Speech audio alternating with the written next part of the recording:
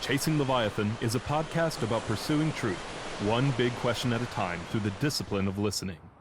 Truth is too big to tame, but if we pay close attention, we might get the chance to glimpse something truly magnificent. So please join me in this pursuit, 1 week at a time.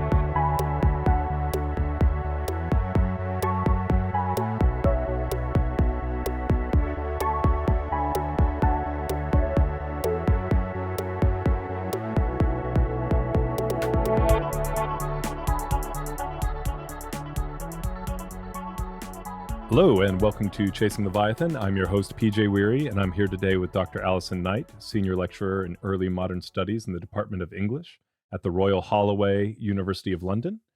And I'm excited to talk about her book, The Dark Bible, Cultures of Interpretation in Early Modern England. Dr. Knight, wonderful to have you on today. Hi, thank you for having me. Glad to be here. So talk to us a little bit, why this book? Why do we need to understand these cultures of interpretation in early modern England?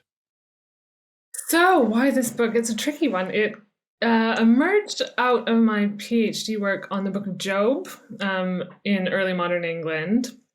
And the way it was used in literature in early modern England. And the reason I focused on that book when I was doing my PhD was because it's such a hard book.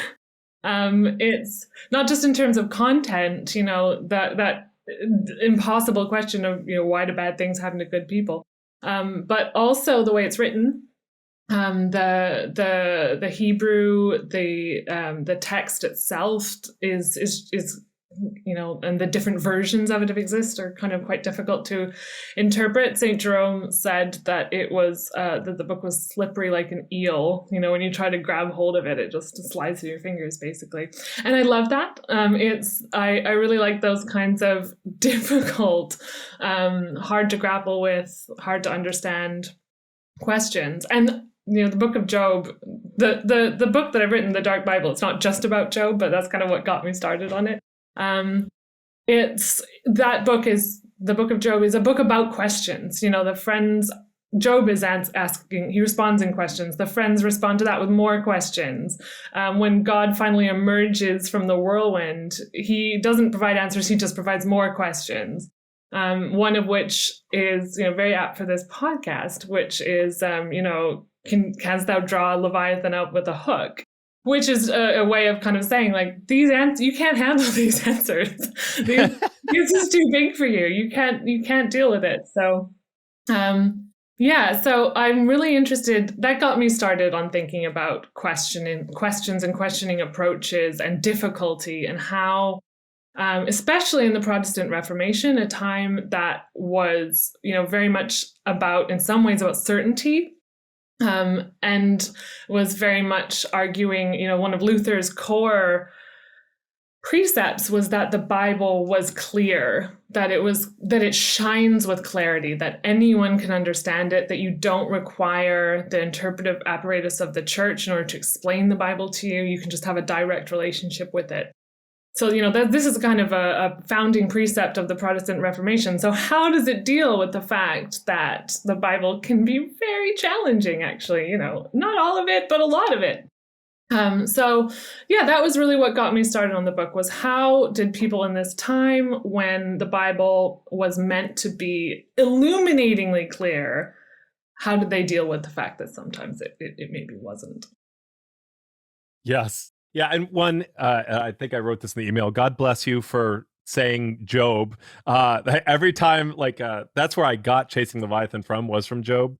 But I've gotten Hobbes, Melville, Milton, I think just because of the painting of Satan being cast down from heaven, all those things. And so, it's precisely what you said about it's these questions that are too big, and this idea that we can just keep that for the podcast about pursuing truth. And I'm actually, it's funny that you mentioned that. I'm actually reading through, it's going to take a while, but Moralia in Job by Gregory the Great. Oh gosh, wow. Yes. Yes. So that's it's amazing collection of homilies, but very, very long and very much in the spirit of these kind of dark interpretations. So Uh, I think you mentioned is it Tyndale? Shoot, I should know that off. But talks about the Bible being guarded off and these fences. And so, can you talk a little bit about these kind of like counter metaphors of darkness that or brambles or hedges that people would use to describe these difficult passages? Yeah, I mean, and Tyndall is such a surprising one that because he is one that tends to use more frequently the much more common metaphor for the Bible, which is light, lanterns, a candle, that it's something that's illuminating. But then you'll still find people like Tyndall who, Tyndall describes it as, a hedge of briars and darkness and a maze and kind of a labyrinth that you can get lost in if you don't take the right approach to it. So many amazing metaphors for how we negotiate the Bible. Theodor Beza also describes it as kind of like that the Bible has these lurking rocks under the surface that are kind of waiting to shipwreck you. Yeah, so, and these are again reformers who are very much more commonly describing the Bible as this source of light, of illumination. And so that's why I was kind of interested in the dark side of it. Dark in the sense of obscure, hard to understand. I think there's a lot of people worry or perhaps interested and think that I'm writing about kind of occult approaches, and that's not what the book is about.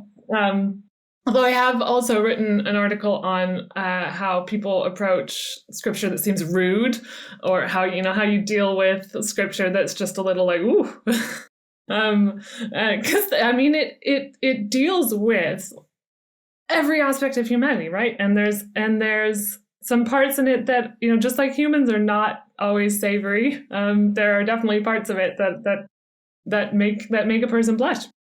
But that's not what this book is about. It's about darkness as obscurity and that difficulty and kind of trying to wrap your head around like, what does this mean? And what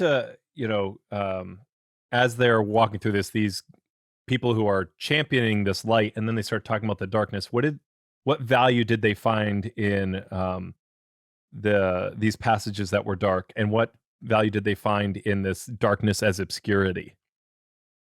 Well, it's a really interesting question. I think a lot of the time they're really invested in kind of pretending that they're not there, that those dark places aren't there, because they, very much reformers had this project of trying to make the case that everyone can read the Bible. And it was often the argument of people who didn't want that to say, it's too difficult for people, they're going to misunderstand it. So it was often, a very divided approach of not necessarily wanting to admit that there were difficult patches, that there were any problems that people might encounter. But then also when people did encounter those patches, to say like, oh no, it's normal, don't worry, you can get through them. And there might be some benefits to it. And there were all sorts of benefits that various Protestants would talk about, like the fact that it's a good thing to have to turn to somebody else for expertise. So instead of it being framed as like, oh, you don't know what's going on in the Bible, you have to turn to a priest in the church to tell you. It's kind of like, oh, isn't it great how the difficulties of the Bible make you turn to your priest and make you turn to this wider community to provide some explanation. That also dark patches make you kind of build bonds between people. That that's when you're going to talk about problems. You're going to reach out to other people in charity with one another to kind of help each other through the difficult interpretations.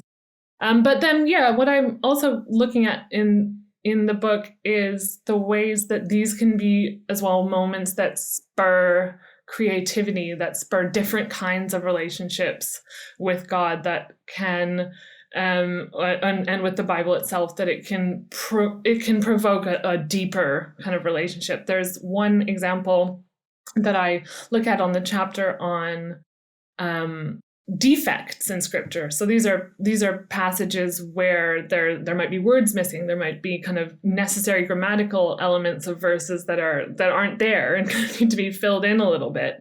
And a preacher called Daniel Featley preaches a sermon on one such passage, Hosea 13:9, I believe.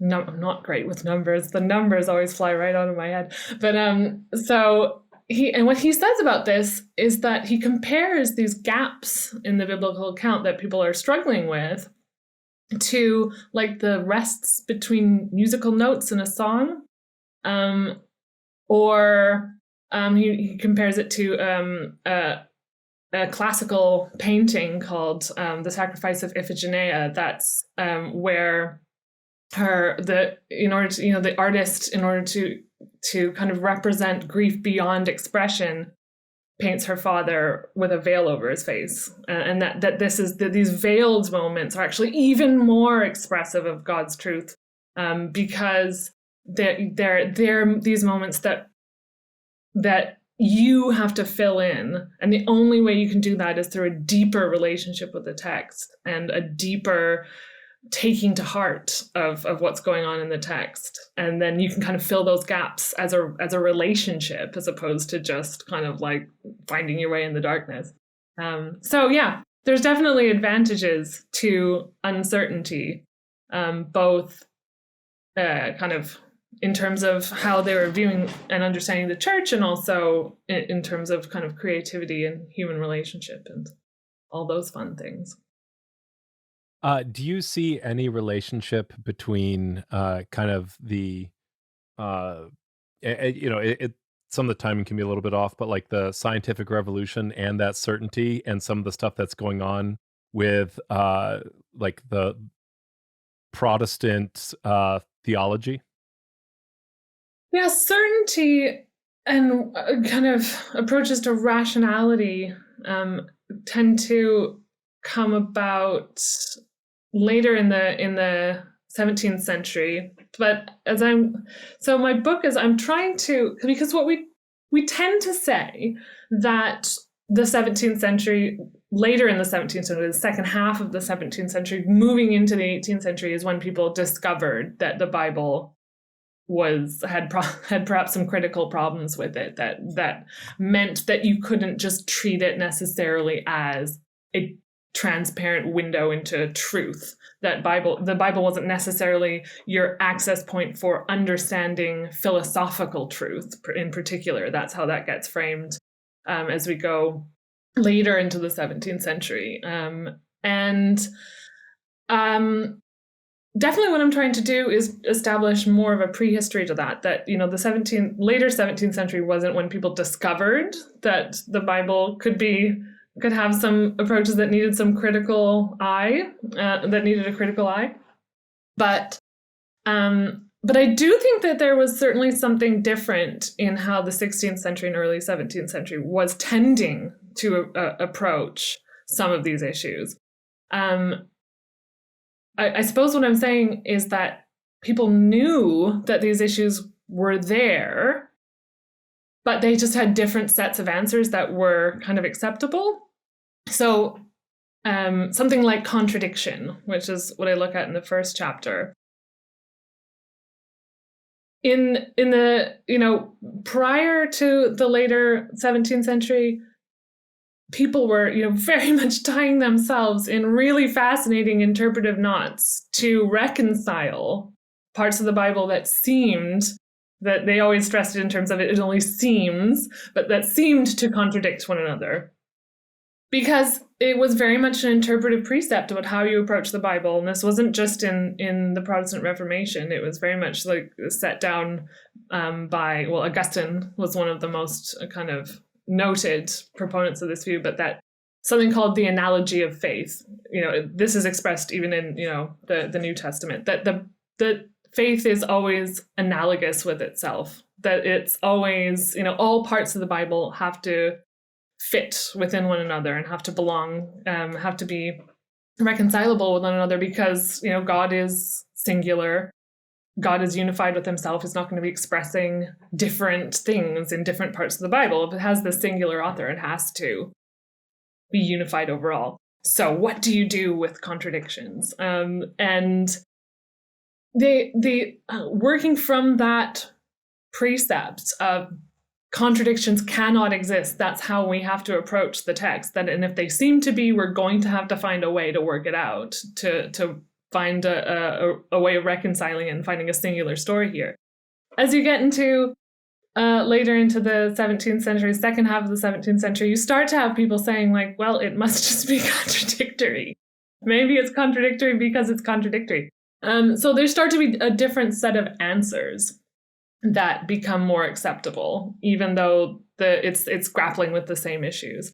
And those answers start to then, as you go into the 18th century, 19th century, start to spur different approaches, like, even leads to approaches like the documentary hypothesis, that, maybe some of these are coming from the fact that different authors and different time periods were involved in kind of the building up of a text of different books of the Bible over long processes. And maybe that's an explanation for some of these things. So yeah, just often, same old problems, new answers. In terms of the scientific revolution, I mean, it was always very much, again, what comes first. In the Protestant Reformation, the early modern period, it wasn't as if people were saying that science didn't exist, but did it take priority over God's truth? No, was basically the answer, that any truth that you were finding through observation of the natural world had to also be reconcilable with truth that was understood to be revealed through the Bible. And as we move, later into the 17th century, into the 18th century, that starts to change. Again, what is truth? How do we know what is true? Is it through observation of the natural world and coming up with laws on the basis of that? Or is it, God's law and the natural world's going to have to fit in with that? Yeah, and like one of the big names here, when you're talking about late 70s, so this is like, we're talking Spinoza, right? Like the theologico-political treatise, right? When you're talking about this, like, maybe it is just contradictory, like, and I even as you're talking about this, you have people who are acknowledging problems, people are claiming clarity, and it's interesting to see kind of the story of this, right? And then they're like, we can figure it out a different way by talking about it, and then everyone will understand how all this works. And then after about 100 years of like religious wars, they're like, maybe not, like maybe not. Yeah. Well, I mean, it is very much the case that throughout the 16th century, that does seem to be the assumption that if only my opponents would see things from my point of view, if only I could spell these things out, then they would see the truth here. But they've been blinkered and blinded by the fact that, I mean, it was again, it's what comes first. It was very much framed as there's no way you could possibly recognize the truth if you didn't have right faith to start with. So if you're coming from the position of having of not believing in the right thing, then of course you're not going to understand the truth. But when both sides have that assumption, then it's not gonna, yeah. And so you automatically assume that your opponent is operating in bad faith. This is where you get like the rampant use of Romans 1, like suppressing the truth and unrighteousness. You know what I mean? It's like, well, that's just because you're a bad person. That's why you disagree with me. You see that with Martin Luther, right? Like, it's like it starts off like he's like, oh, we could reach an agreement, and then like by the end, you're like, he definitely. Anyways, sorry. I wanted to make sure I stay on your book. I'm sorry, I'm geeking out a little bit, but you mentioned contradiction, and I did want to ask, because he is such a notorious figure, but also he's like in many ways a very misunderstood figure. Henry VIII, his great matter, Leviticus versus Deuteronomy. Can you tell us a little bit about that? Yeah, and so that was, this is early in the kind of Reformation, and people at that time weren't quite sure how all of this was going to go. And it's very much, what I think is interesting about that is, and there are a lot of people have written on the divorce and what caused it, and there's so many different points of argumentation in there. There's so many factors that lead into it, but what I think is interesting is that he did consistently frame his scruples about his marriage to Catherine of Aragon in scriptural terms. That it was always framed as a question of hermeneutics.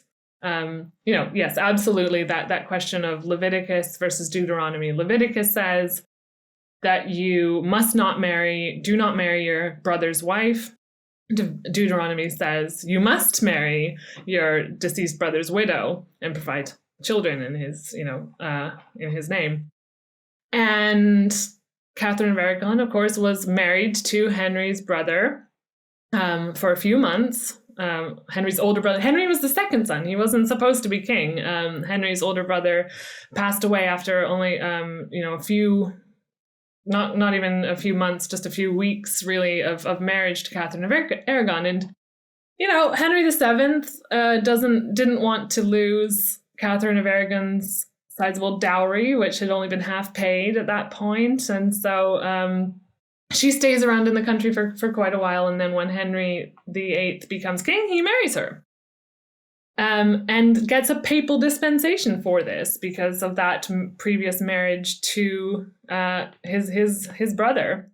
Then after 20, fast forward 20 years, is it because Catherine hasn't provided a male heir? Is it because Henry's had, that Anne Boleyn has caught his eye? But what he frames it as is that he's now started to have the scruple of conscience because of Leviticus, that Leviticus has said, you cannot marry your brother's wife, and specifically, do not reveal the nakedness of your brother's wife, and that if you do this, you will not have children. And so he's seeing this as an explanation for why perhaps he's not had an heir. And it basically, this is an example of where an apparent seeming contradiction in scripture, and both sides of the debate were very much, that it was just an apparent contradiction, that it became an apparent contradiction of scripture becomes a world, across the world stage, or at least across the European stage, and is argued about across Christendom. And the arguments that pile up on this, reams and reams of words, of paper, of opinions going about. The Pope even, at one point says no one is allowed to write any more opinions about this on pain of excommunication because they just stop.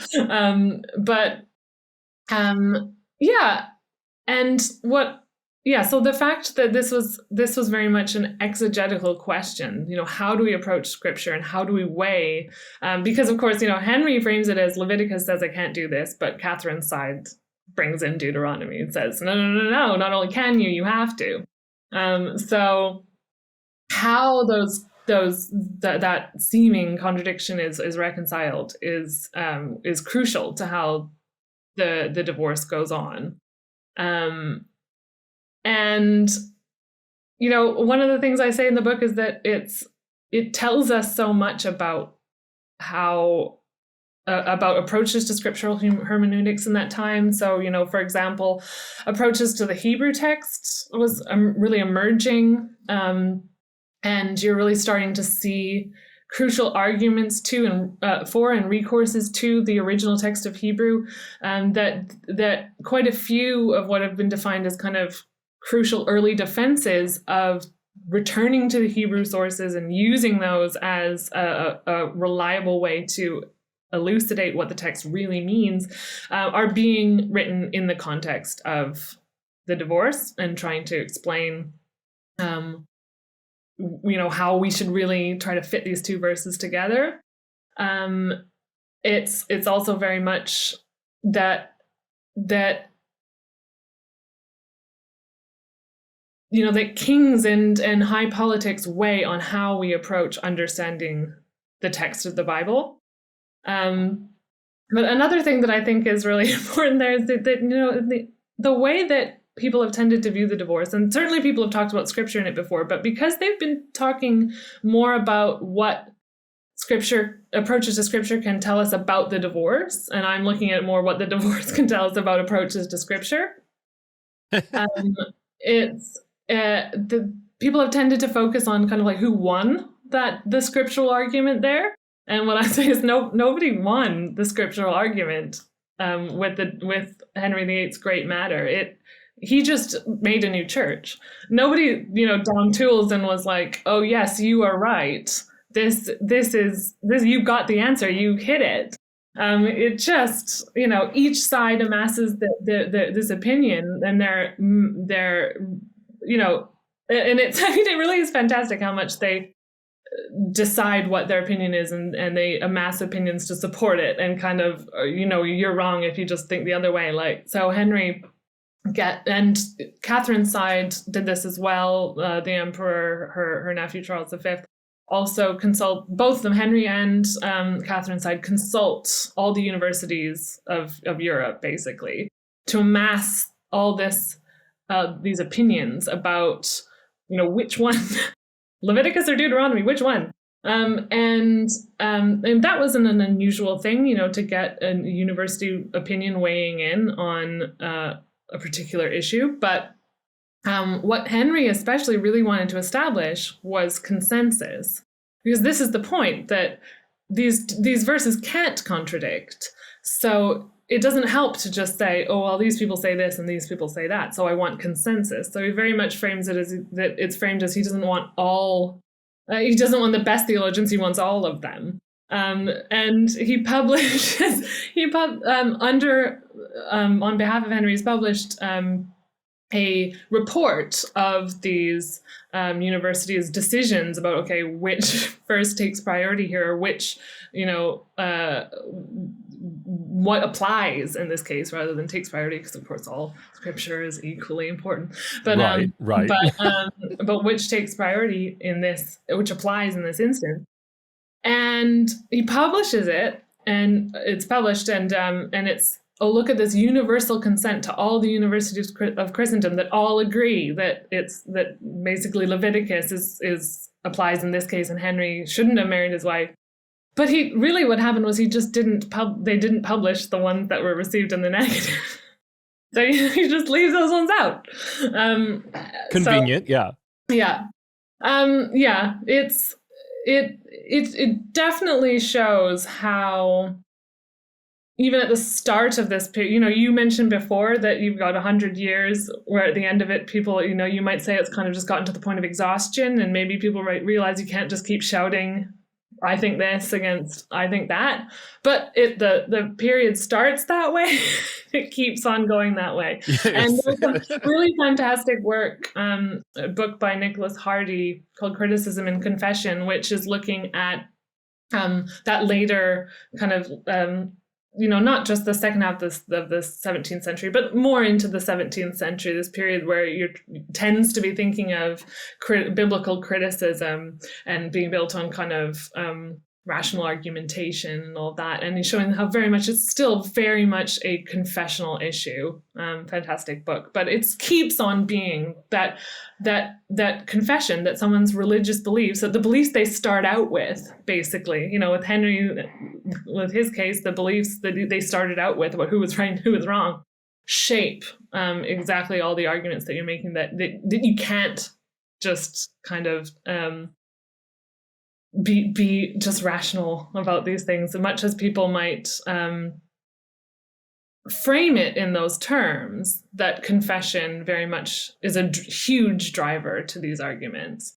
And so that's, I guess, returning to that kind of scientific question again, or perhaps in a different way, talking about issues of secularization, we might call it, the emerge of rationalization, is secularization. These are kind of different words for saying that your religious beliefs should come from the evidence that's before you, shouldn't shape the evidence. And people in the Protestant Reformation before would have absolutely agreed with that 100%, by the way. Like, they would have completely agreed that no, your beliefs come from the text, but equally that you can't get out from underneath it, because it shapes everything about how you understand the text to work. All of your priorities about how these things, how the Bible makes meaning, are shaped by the beliefs that you bring to it, even as they are shaping the beliefs that you have. So as you get on into rationalization or rationality, secularization, secularization, you can talk about that in terms of you can still be, in the 19th century in particular, you can still be looking at religious topics and you can still have a religious point of view, but the way that you approach argumentation is meant to be able to convince someone who has completely different religious views that you can kind of take the religious views out of the equation and still be convincing, even if they're still there. Which, yeah, so kind of getting tied up in knots, as I often do when you're talking about, especially the divorce. They were tied up in knots. Everyone was tied up in knots with it, because that was the point. It was so confusing. How do we wade through this? Yes, and it feels confusing. Though if one were a little perhaps uncharitable in their own interpretation of the situation, it's like, oh wow, we followed Deuteronomy when only half the dowry was paid, but once the dowry was paid in full, we want to follow Leviticus. And Spain, who has paid the dowry and sees their daughter or cousin as an asset, is oh no, it's definitely Deuteronomy. It's like, all of a sudden that seems a little clearer. Yeah. I mean, to be fair, they didn't frame that Catherine staying in England as a question of Deuteronomy, because that was the thing. Like, there was more that people were like, you can't bring in Deuteronomy now. Like, no one practices Deuteronomy. Like, it's called levirate marriage, wherein you have to marry your sister-in-law, the widow of your deceased brother. Like, no one practices that, so no one was making that argument. So this was something that Henry's side was very much saying, like, you can't bring that in all of a sudden now. Like, nobody uses that. And that was very much framed as a question of, which parts of the Old Testament still apply to Christian believers at that time. Like, what do we actually have to take from this as something that we still have to follow, and what can we say, well, it was a different time, that's just for them. So that was a real question as well, just to add to the complexity. But yeah, no, in Catherine's case, I think that was very much a case that was, her father didn't want to return didn't want to pay the rest of the dowry, and Henry didn't want to give up the half that had been given and wanted to get the other. So she was very much in this is off topic, but she was very much just in a limbo for a good while. But she actually became one of the first female ambassadors as a result of that, which kind of happened just because we're like, well, we need to have a role for her. She can't just be the Dowager Princess of Wales. So, she, yeah, I mean, an amazing, wonderful woman who did some fantastic things and argued, very staunchly for her rights in this period, which was part of this really fascinating story of interpretation. Just as a little side note, I always refer to it as the divorce, not the annulment. A lot of people make the argument now that you should call it the annulment, because that's what Henry wanted. He didn't want a divorce. He wanted just that this marriage was null and void. It had never been allowed, so it had never taken place. And actually, Catherine's side was always very adamant of, like, let's call a spade. You want a divorce, and they always use the words of divorce. And so, I mean, I guess it comes down to whose side are you on. Right. But yeah. Yeah, I mean, that's pretty amazing that 500 years later, like, whose side you're on still matters. Yeah. And it does. And sometimes, that's always so fascinating. You can see these little lights of people just kind of distilling it down to things like that. So after the consultation with all the universities, Henry also then, most likely on Cranmer's suggestion, extended that question to the Protestant, to the reformers, to the magisterial reformers at the time. So like Luther and Ecolampadius and Butzer and all these newly emerging Protestant figures. And they did not agree. So this is, we say you can still see continuities in terms of people are still kind of forming their arguments around what their beliefs are. But equally at this time, this is, kind of in early days of the Reformation, and there's not really a clear camp of what everyone thinks. So they're writing letters, the reformers are writing letters to themselves, and really reformers are kind of evenly split on what they think about this whole thing. So, and even amongst the, Henry's supporters, Catherine's supporters, there's not necessarily a clear cut split in terms of doctrine, because those things all get a little bit more solidified later on down the picture, where there's already, okay, now we have a clear set of doctrines and a clear articulation of what everyone believes, and we'll kind of have camps as opposed to just, we're all trying to figure out what's going on here. So just to return to that point about seeing these moments where sometimes people do just really seem to distill through all the confusion. And yeah, Luther basically says, it just comes down to, conscience. And he says, she said, because, whether or not Catherine had consummated her marriage with Arthur was a big issue too. But he just it comes down to whose conscience you rely on more, Catherine's or Henry's. And I rely more on Catherine's. So there you go. Yeah, and all of this too, the complexity goes back to your earlier point of they were like, everyone is talking about God's law in this, and everyone takes for granted that like the curse of Leviticus is something to be like that has causal power versus like scientific, like it's like, or maybe Henry can't have kids. That might be, but that's and so that's part of the complexity is this that God's law over science, like you were talking about earlier. A king not able to have children? Are you kidding? No. It must be the wife's fault, right? Yeah, that's obviously. Yeah, well, but why did God put in on the throne someone who can't have children? Come on now. yeah, right. There's all these things. It's like, that almost takes us back to Job, but it's like, if you actually read that a little more carefully, maybe you would see like God doesn't always just like line things up like that. But go ahead. But you tell Henry that. Yeah, no, right. I think some people did. I don't think it worked out well for them.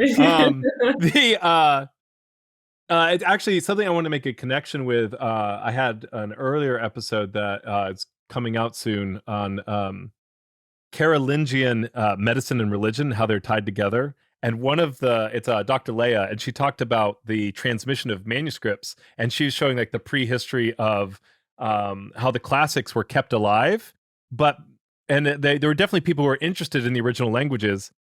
It was just that you had to hand copy them, and what a difference that made. And so I wonder if you could talk about a little bit of the impact. You're talking about Henry's desire to get a consensus was relatively new, like this universal consensus, and how much of that is tied to the ability to actually achieve consensus because of the printing press? Well, so actually, I would say that the desire to achieve consensus is not new. I'd say that actually is a hangover from really older methods of how do you handle religious disputes, basically. Because that's very much like from the late antique period into the medieval period, and it comes down to the question that I think we've been talking about this in our whole discussion is, where does truth come from? How do you know what truth is? And for the way that this was framed in Christian hermeneutics writ large over the long term was, what is true based on God's revelation in the Bible.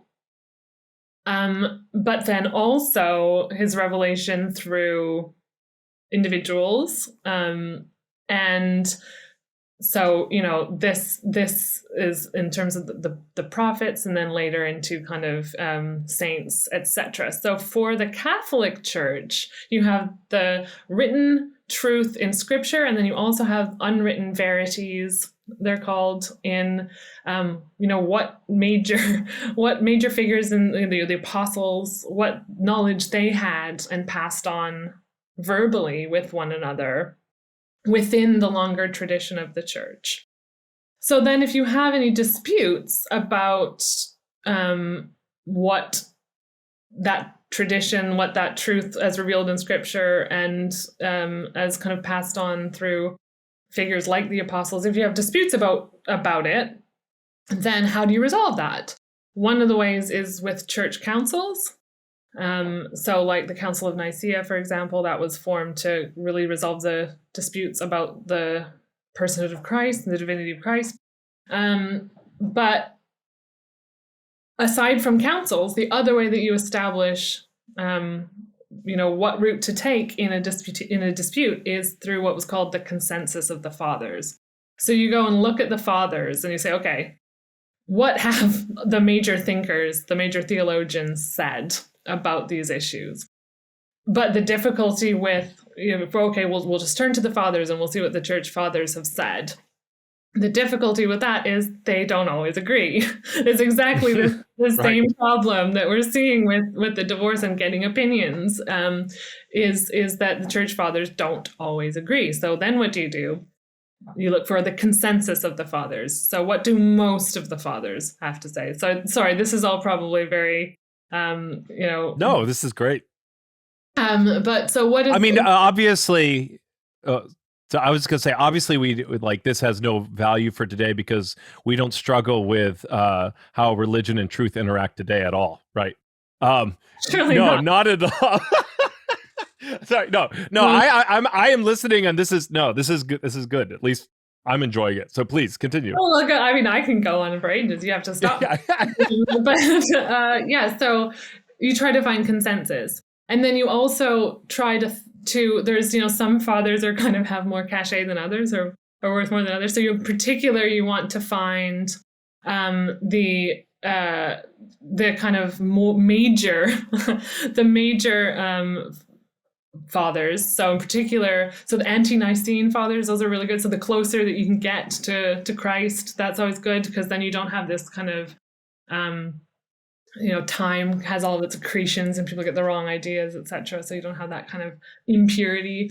But also, so the major fathers that you really want to have on your side would be the four Western fathers, which would be Gregory the Great, who you mentioned earlier, Ambrose, Jerome, Augustine is really also a really heavy hitter here. And then you also have the three Eastern fathers, which are Basil, John Chrysostom, and Gregory Nazianzen. So if you can get those ones on side, then that's a really good thing. But then if they disagree, that's a problem as well.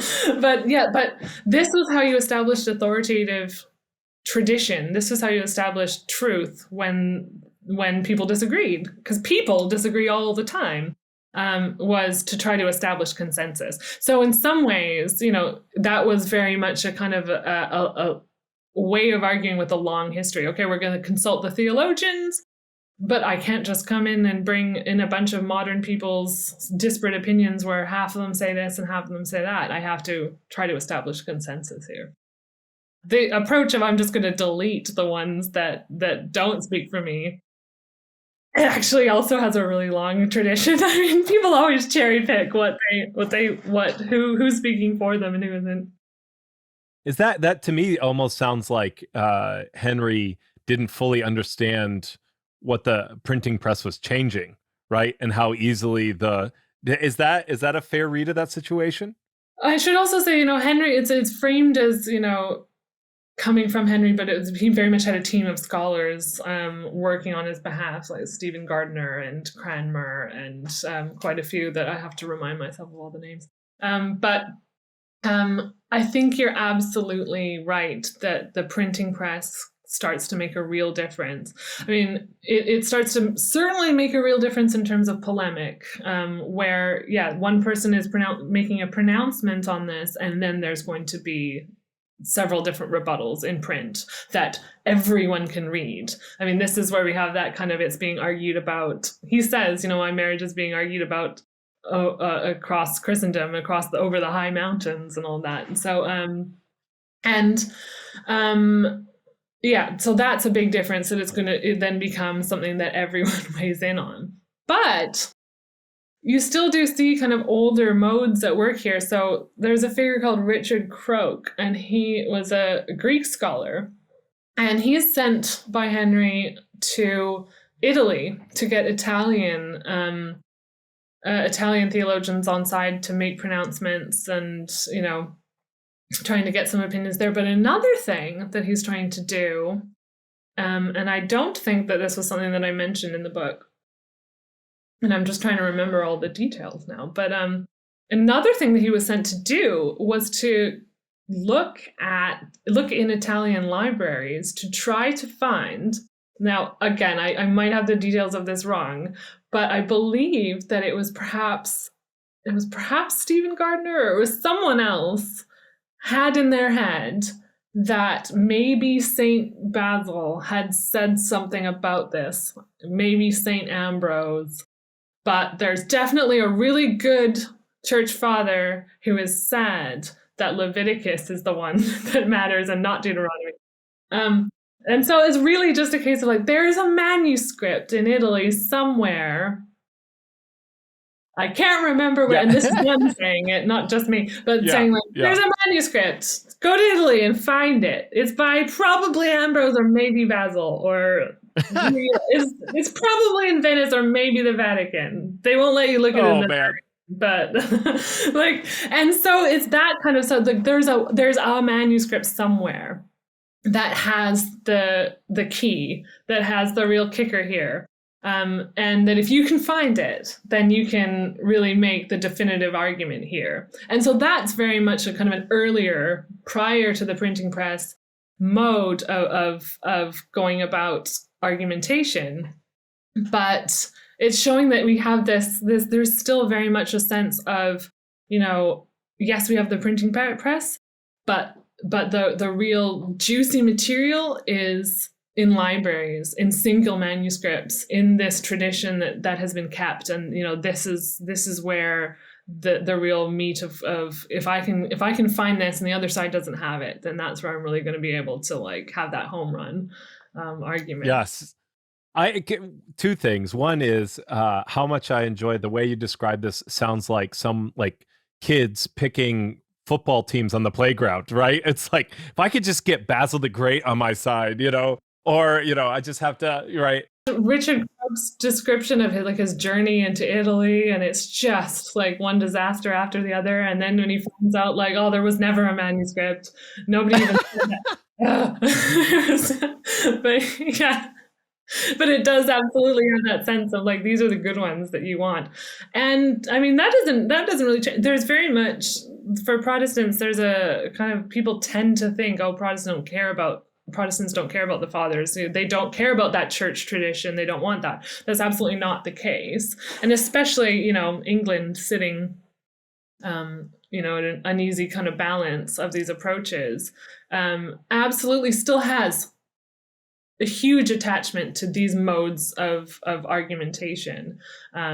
And we can absolutely still see, especially I think, in the divorce, when it is just on the cusp of early days of the Protestant Reformation, you can absolutely see that there's new approaches, but still very much kind of very traditional approaches. They're very much making the argument in the context of the divorce for the kinds of law in the Bible, which is a Thomistic argument. So yeah, you can, and it's very much people trying to say, okay, what's going to work? What's going to obliterate my opponent? And so these are the traditional ways we've made arguments. And then also I have this new cutting edge research on Hebrew manuscripts, and I'll throw that one in. Yeah, and I want to be respectful of your time. So if I could ask you one more question, and it's kind of a big one. So I understand, you can't get into all the specifics. But even as I look at the rest of your book, because we, we didn't get past the divorce, but that makes sense. Like you said, it ties you in knots. It's so, yeah.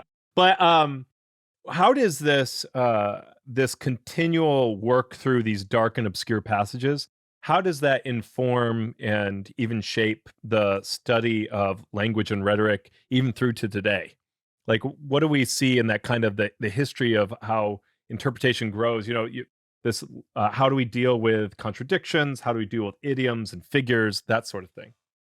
Yeah, so thank you. I mean, so I will just, yes, the first one is on contradiction, but then the next one's on ambiguity, then on defects, then on disorder. So like when the Bible isn't organized, especially when it's not chronological. And then idiom, as you said, and then finally the fact that it's figurative. And I think that the fact that it's figurative is one of the most intractable problems for people in this period, especially with something like the Eucharist is a huge one. Like, how can you tell, basically, if something is figurative or not? If it says, oh, it is like this, like if Christ had said, I'm like the vine, then that would be, a lot easier. But he says, I am the vine.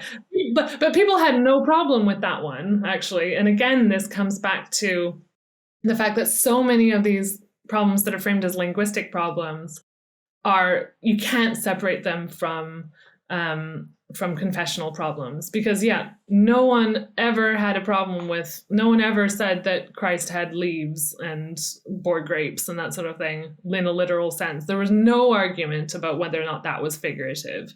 The only time people bring in that quotation really of Christ saying, I am the vine, I'm the true vine, is when they're talking about this is my body, when they're talking about the Eucharist and whether or not it's figurative. And they always bring that in as a foil, basically, to be like, look, it's obvious, you can just tell.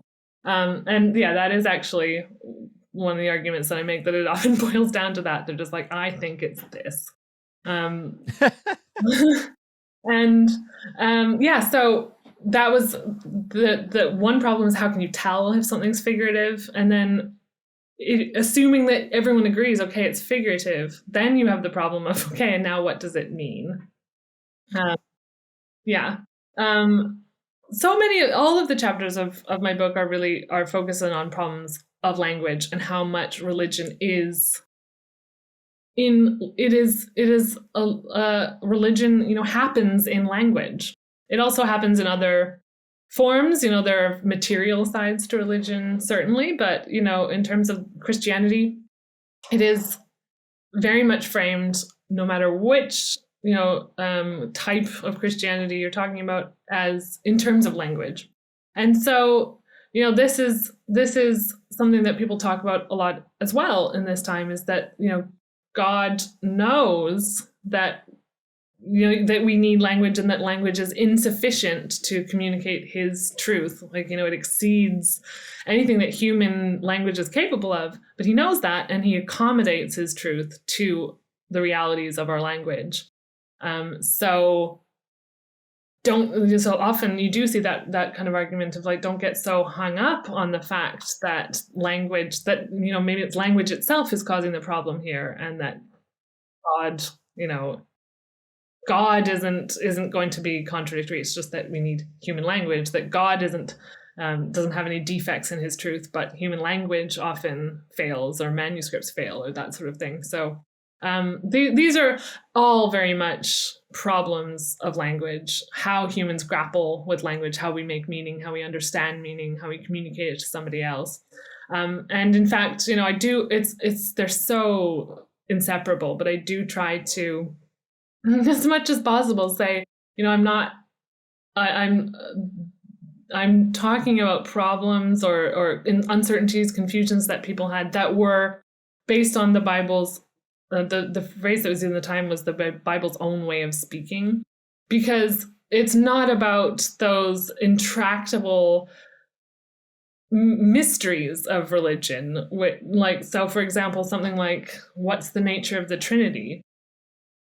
That's, that God is beyond our capacity to understand, rather than the Bible itself. Like, so that's very much focused on the way that the Bible uses language and how people then use language to explain that language. So we can't get out from underneath it. We need language. I mean, different sects would say we don't, that we can just sit in the mystery and just let it all wash over you, the fact that it's beyond us. But for a text-focused religion like especially Protestantism, bringing to bear such intense scrutiny on the language of the Bible, you can't get out from under the fact that, idioms, like you mentioned, that, language, especially when you're trying to translate something, one language says something in one way, and you can't quite get it to fit into the exact same contours. Even if people want to believe that it can. So the preface to the King James Bible says, translation is that which opens a window, it cracks the shell so we can get the kernel. So it's basically saying that that's the whole premise of that you can translate the Bible into vernacular. You don't need to just keep it in Latin or Greek or Hebrew, depending on your approach to textual authority, but that you can put it in these different languages, and you can still have that truth. You can still have that kernel of truth, which transcends language, and you can move it from one shell to another shell. So they do say that, but then equally, they actually say, just slightly later on in that preface to the King James Bible, that they want the Bible to speak like itself, like in the language of Canaan. And like, those two things don't right. So yeah, there's absolutely, and this comes out in argumentation over the period as well. There's absolutely this sense that yes, God's truth transcends language, and so it can move between languages, but equally, language is the only thing we have to get at it, and so it's kind of like I don't know, a cup of water, right? If you move it into a different size cup, you basically have you changed the water. The water is in a different shape, but it's still water. But also, can you have a cup of water without the cup? Not really, not functionally. So, sorry, a bit of a strained metaphor. We always, metaphors, they can be helpful, but they can also be just confusing sometimes and not that helpful. But they can be obscure. Yes, they can be obscure. They can. Dr. Knight, thank you so much. I really appreciate sitting down with you today, thinking through. It's interesting to as we kind of have gone through different historical periods, not intentionally. It's just worked out that way.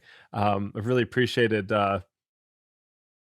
seeing the value and the some of the same debates happening, with slightly different, back then as they're even happening now. Yeah, and I mean a book about the interpretive difficulties that Scripture presents. I could have chosen any time period. Honestly, it's a fair point. Like, these are not inventions of this time period. Absolutely. Like, you go before Christ, you go to the earliest days of Origen says this kind of thing, Augustine.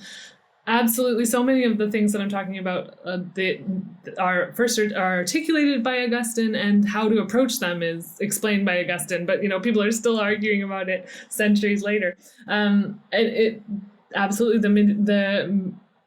the medieval period has very interesting approaches to some of these things, and these keep being issues and problems. Well, now people still have very intense debates about how we understand the truth of the Bible now, I think that that's wonderful. I love the fact that we still keep talking about these issues, and I like the fact that you can still kind of keep hearing the same argument over and over. People find the same argument for themselves in their own time. It's so interesting. So something like you mentioned Spinoza. He a while back. He very much, does make the case that the Bible, you should read it and approach it like any other text. But then you also get people, so in the 19th century, they kind of thought that they invented this approach as well. So someone named Benjamin Jowett wrote in essays and reviews that basically, you have to approach the Bible like any other text, and people were like, what? So, and you just keep seeing the same observations over and over, but equally, it doesn't mean that it's always the same. So I kind of finished the book with saying that, an early Reformation figure, Sebastian Castellio, who ran afoul of Calvin and Beza basically because he disliked and argued against the persecution of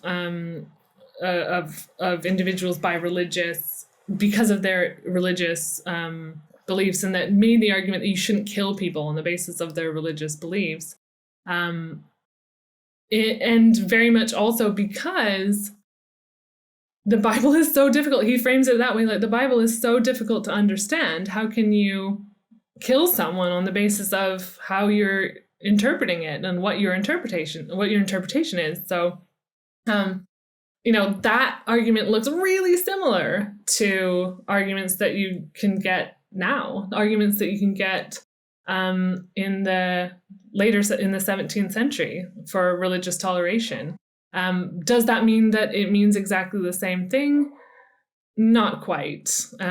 Context is very important, and we can see things that everything's always different in the past, and then also things always stay the same. So we can see real points of connection across the wide sweep of history.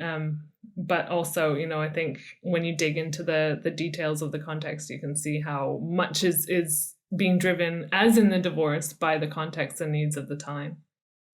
I want to say thank you, and really appreciate what you've shared today. I think that's an incredible way to end. Thank you.